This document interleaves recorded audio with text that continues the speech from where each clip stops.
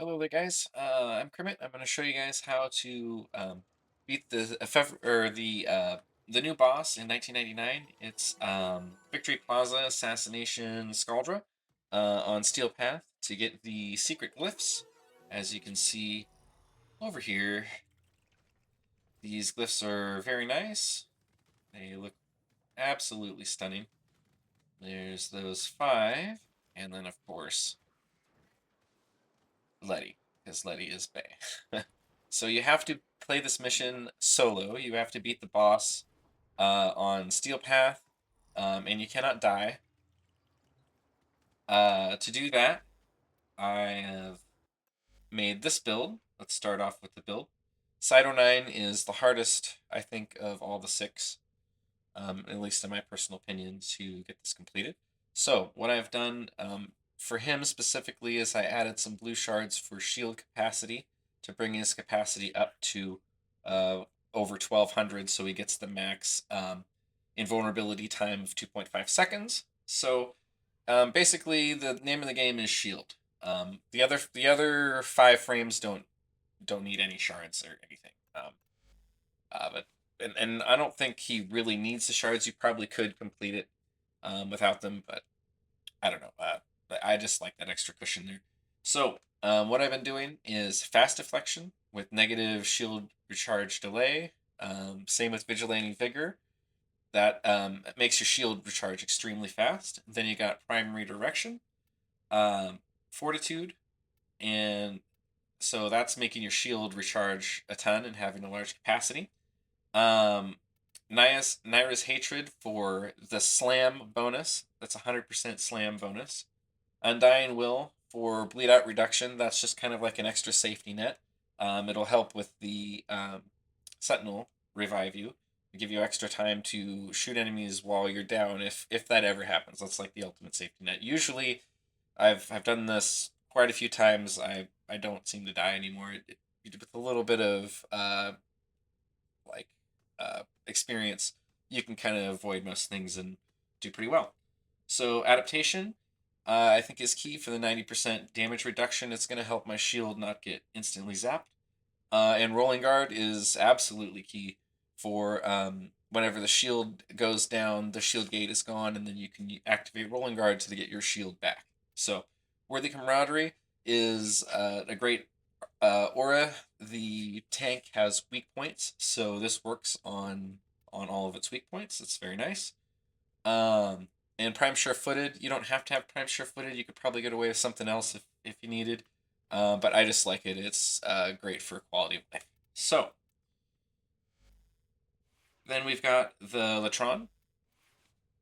This is what I'm using. I'm using the galvanized chamber, galvanized amplitude, galvanized scope, critical delay, a riven for crit damage and multi-shot. You could find another mod for crit damage, or maybe even just fire rate.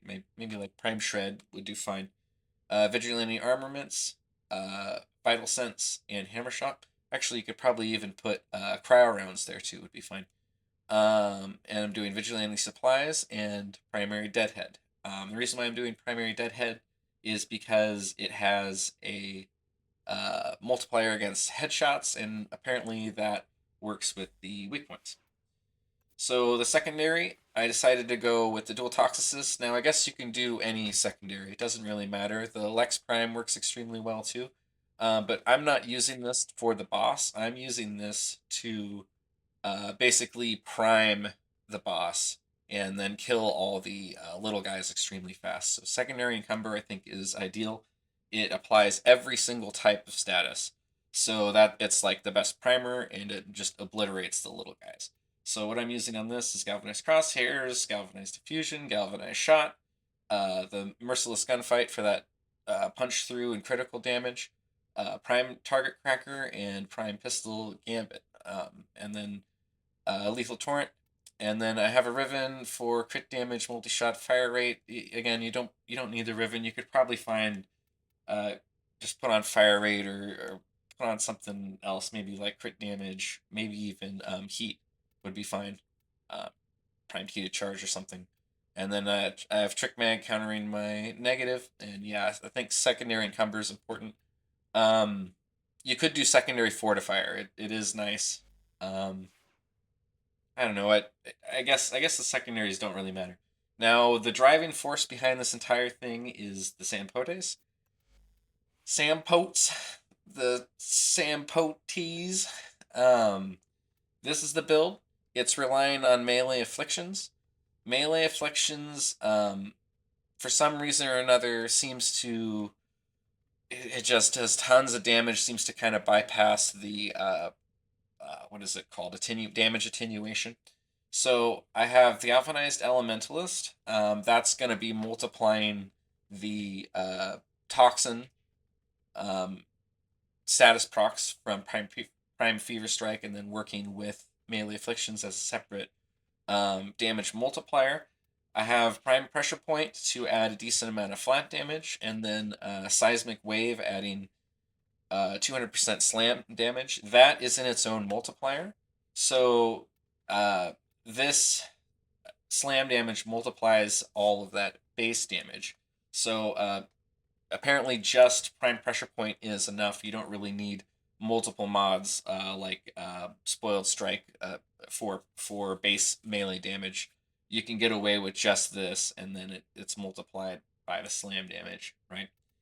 I'm using Galvanized Steel for crit chance, and then it does, when you kill enemies, it does an extra 120% critical damage. Organ Shatter for critical damage, Gladiator Might for critical damage. That's multiplying again in another parentheses all the slam damage. So that's doing a significant amount. I have Crushing Ruin. I'm not sure if that really matters. And then the Tennokai mod doesn't matter at all. You can not have that at all. Just don't even worry about it. For the Riven, I've got Impact, Critical Damage, Critical Chance. You could probably find Critical Chance or just some more critical damage. Maybe even like Element. I don't know. You wouldn't want Element. Maybe like more Toxin, like 60/60 Toxin might be all right. Instead of that, if you don't have a Ruin, so that's fine. But I think it's extremely important to have this melee. So then the what is it? Incarnate upgrades on the Latron. The reason why we're using the Latron is because it has this right here. Remove 20% of the armor with its evolution 4. That's critical. We're going to be using that to armor strip, right? Then, well, it's not really critical. It's nice to have. And then the Sampotes is going to be doing all the damage with its slam attacks. The reason why this is so good is because of its heavy attacks. We're going to be only heavy attacking with this. So yeah, so these are the Incarnate evolutions I chose. And then on this one, base damage, multi-shot, reload speed, and critical chance. And yeah, that's that. For the operator school, I chose Vazarin. Vazarin or Maturai would work. You could use Maturai if you die and kill, like use the one to get a bunch of damage for your amp, and then kill like a Eximus unit to kind of deathgate. I kind of like Vazarin because you can go invulnerable and you can make your what is it, Sentinel go invulnerable. So it's kind of like a more preventative. So either one would probably be fine. You're good to go. I'm using Worm specifically for negate. Negate will help make it so you're not nullified. It'll take away that nullifier and you're able to use your abilities again. Sacrifice, it gives you a second chance, right? So I'm doing accelerated deflection with calculated redirection for a ton of shield. That's working with reinforced spawn to give me more fire rate. I have a weapon, a sentinel weapon with a bunch of crit chance to get the tenacious bond. It doesn't really matter what the weapon is because you're not gonna have any what is it, assault. There's no reason for your sentinel to be shooting. Just have it try and survive. So then I have shield charger, increasing my shield regen even more.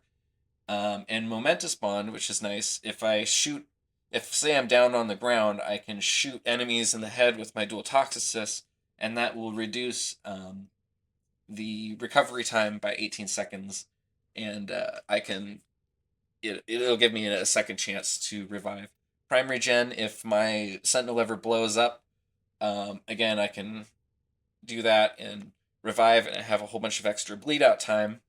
And when the worm comes up, it will have that 10 seconds of invulnerability, and it will be able to use sacrifice and revive you every time without exploding. So that is a nice little safety net. Anything else I'm missing? I think that's it. So I will go into the mission now and show you guys just what this build will do. So I'm on solo. I'm going to the Victory Plaza on Steel Path.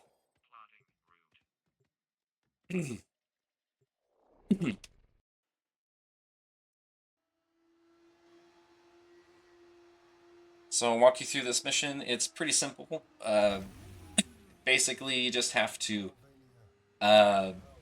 kill some enemies, get a kind of like beeper thing that they drop, and you can put that into a computer, and that gets the rocket launchers to spawn, right? But then there is a secondary computer that...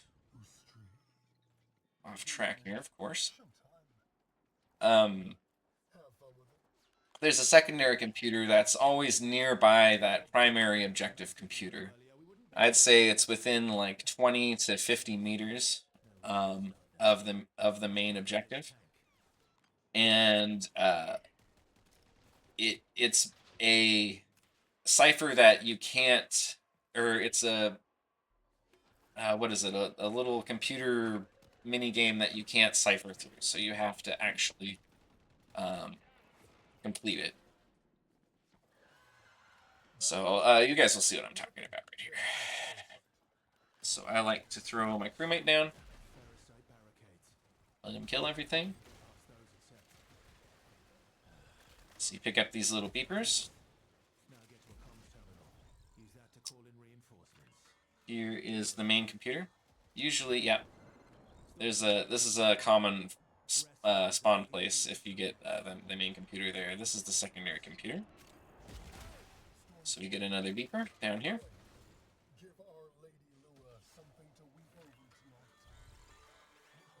Alright, it's kind of tricky, but you can get it with a decent amount of practice, and then you can also hold space to make it go a little faster.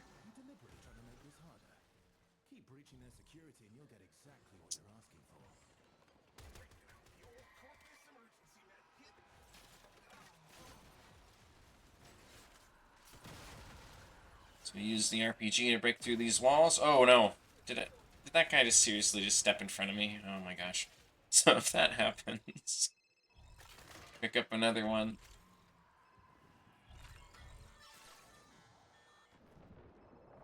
Call in some more dudes.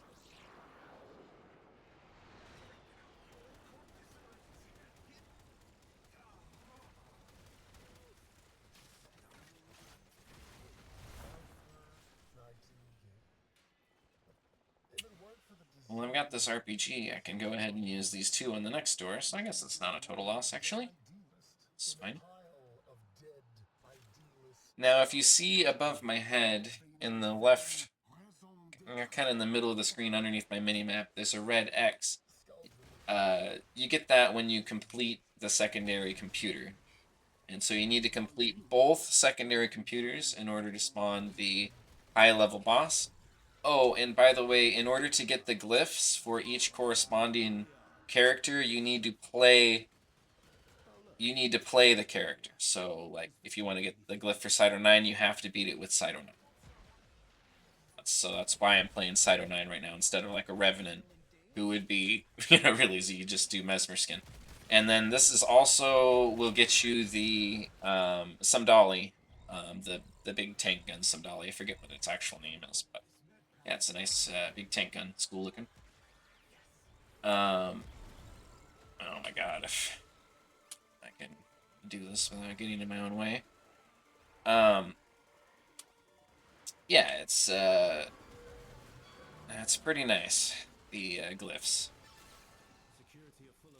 and some dollar. Some or sun dollar? I think it's a sun dollar. Yeah.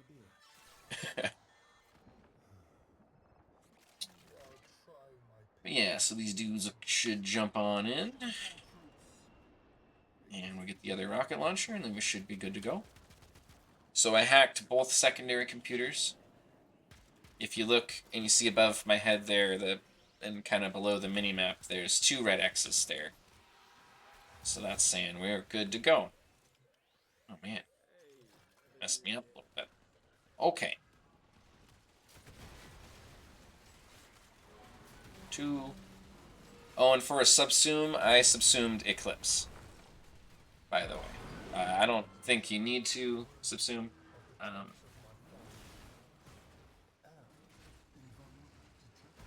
So yeah. Let's see here.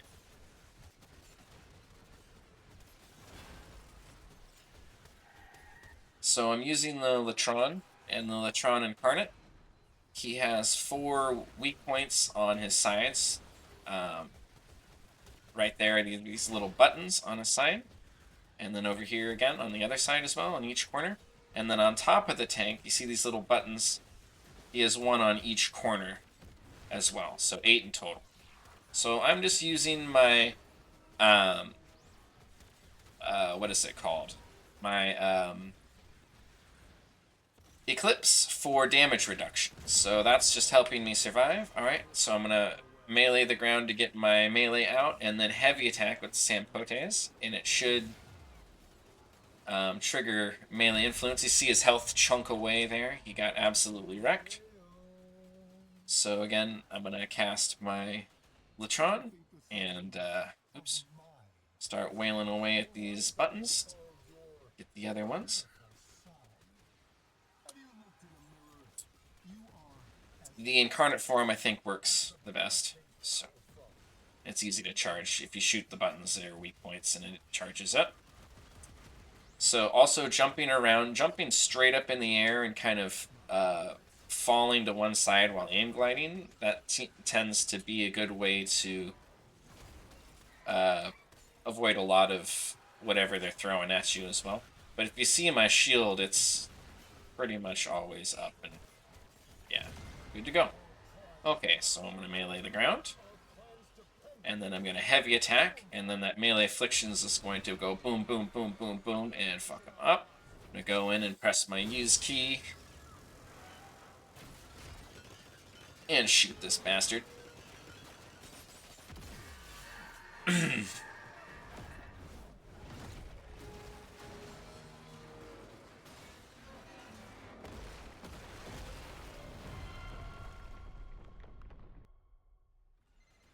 Alright. So, during this part, I just like to jump up in the air and slam attack. You want to do your heavy slam attack a lot. Whenever he becomes vulnerable, he's going to bring his little dudes out. Try and remember to keep your Eclipse active. And remember, we just want damage reduction. We don't need damage. The Sampotes is plenty with melee affliction. So that's already his first of 3 stages. So he brings out these little dudes and they heal him. It's not the end of the world if you don't get him. I mean, it's alright. But I kind of like to shoot him with the dual toxicist because it does high damage with the secondary encumber. Kind of wipes him out. Melee the ground, and then start heavy attacking. Now what's nice about this heavy attack is it also clears out these big columns of fire that he's going to call in. And I'm doing lots of AoE in a big area. Explosives, you see those pink explosives kind of going boom, boom, boom, boom out. Those will help clear all of those big fire columns and will help make this a little bit easier. So that's why I'm just kind of jumping up and down and slamming like a madman. So eventually his little weak points come out, and then the melee afflictions will get him. Alright, so we're back into the phase for these little ones again. Oh shit, I forgot to use the Latron against him because I can strip his armor. I've been doing this while he has like half armor. Herder.